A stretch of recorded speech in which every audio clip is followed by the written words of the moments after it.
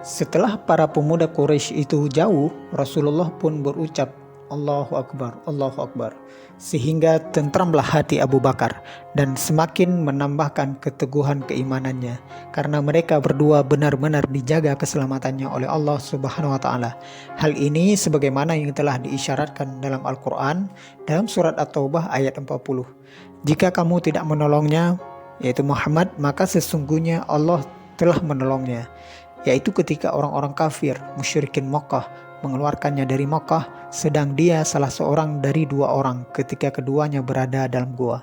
Di waktu dia berkata kepada temannya, janganlah kamu berduka cita, sesungguhnya Allah berserta kita. Allah menurunkan ketenangannya kepada Muhammad dan membantunya dengan tentara yang kamu tidak melihatnya. Dan Allah menjadikan seruan orang-orang kafir itulah yang rendah, kalimat Allah itulah yang tinggi. Allah Maha Perkasa lagi Maha Bijaksana. Rasulullah SAW bersama Abu Bakar tetap berada di Gua Sur selama 3 hari. Abdullah putra Abu Bakar setiap hari selalu berada di tengah kaum kafir Quraisy untuk mendengarkan pembicaraan mereka tentang Nabi Muhammad dan ayahnya Abu Bakar. Dan sorenya ia menemui ayahnya di Gua Sur untuk membawa berita. Sementara itu Amir bin Fahirah, yaitu seorang budak yang telah dimerdekakan oleh Abu Bakar dan diangkat sebagai penggembala kambingnya, setiap hari menggembalakan kambing di penggembalaan kaum kafir Quraisy, dan sore harinya menghampirkan kambingnya ke dekat Gua Sur sehingga dapat memerah susunya dan dapat menyembelih dagingnya. Setelah lewat dari 3 hari dan upaya pencarian Nabi dan Abu Bakar oleh kaum Quraisy dihentikan, maka keluarlah Nabi dari tempat persembunyiannya tersebut di Gua Sur. Abdullah bin Uraiki yang telah disewa sebagai penunjuk jalan juga datang dengan membawa unta sebagai kendaraan. Putri Abu Bakar yaitu Asma juga datang membawa bekal.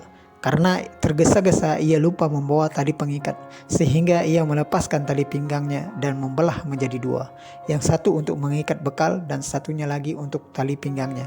Sehingga dengan kejadian ini ia terkenal dengan Zatin Nitokaini atau wanita yang mempunyai 2 ikat pinggang.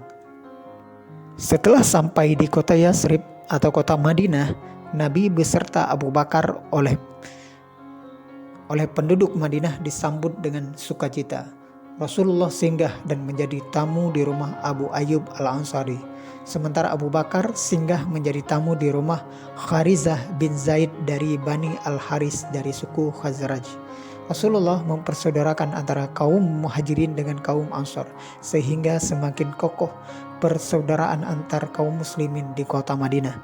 Begitu juga dengan Abu Bakar yang dipersaudarakan dengan Kharizah bin Zaid, sehingga ia pun menikahi putrinya yang bernama Habibah dan dianugerahi seorang putri bernama Ummi Kalsum.